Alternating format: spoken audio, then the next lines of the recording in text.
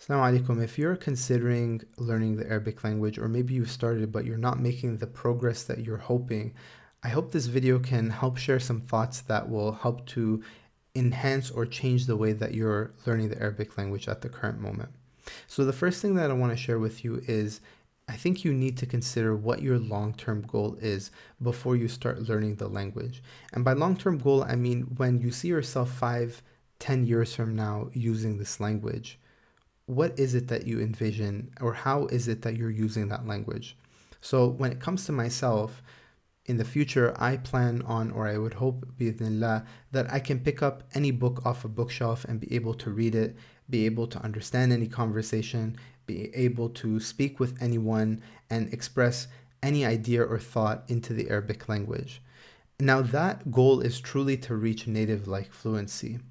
Maybe your goal isn't the same, or maybe it is. Maybe your goal is simply to be able to understand the Quran.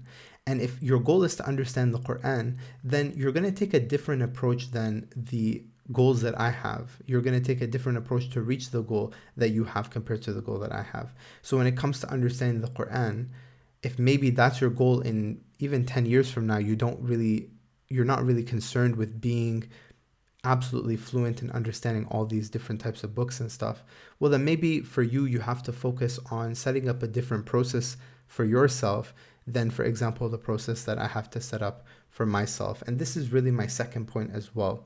Once you have the understanding of your long-term goal, set up a process for yourself. Don't set any long, or rather short-term goals. Don't think about where you want to be a month from now, or even 3 months from now, or I would argue even 6 months from now. Just set up a process for yourself that you can do every single day that is measurable, so that looking back, you're going to be making tangible progress. So for myself recently, the thing that I found to be very, very useful is to consume some sort of content on a daily basis and create a fixed number of new flashcards that I consume every single day. That basically means I'm learning a set number of new vocabulary every single day. On average, over the past year, that's varied anywhere between 5 new words or 5 new flashcards up to 10 new flashcards, right? That is a tangible goal that I have on a daily basis, but I'm not concerning myself with being able to understand any specific content or reaching a certain level, within 6 months or a year. I'm simply trying to continue to get better every single day. And by getting better every single day, I am truly working towards that long-term goal of reaching native-like fluency. Right? So I think you need to consider that, because oftentimes we don't think about the long-term goal. We come up with short-term goals because we expect ourselves to learn the language within 12 months or 24 months or whatever it might be. And sometimes, I think maybe oftentimes, there is unrealistic expectations that are set from watching certain type of content or seeing other people do it. Whereas we need to take a step back and we have to ask ourselves, if this is important to me, am I willing to stick to it long term?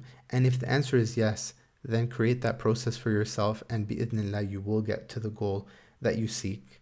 And the very last thing that I want to share with you is try to understand how you should be learning a language. When I started learning the Arabic language, I used to go to a tutor, and we had 2 classes, 1 hour each week. So that's 2 hours total. And I used to go to that class and I used to just follow along with what the tutor told me, what the teacher told me.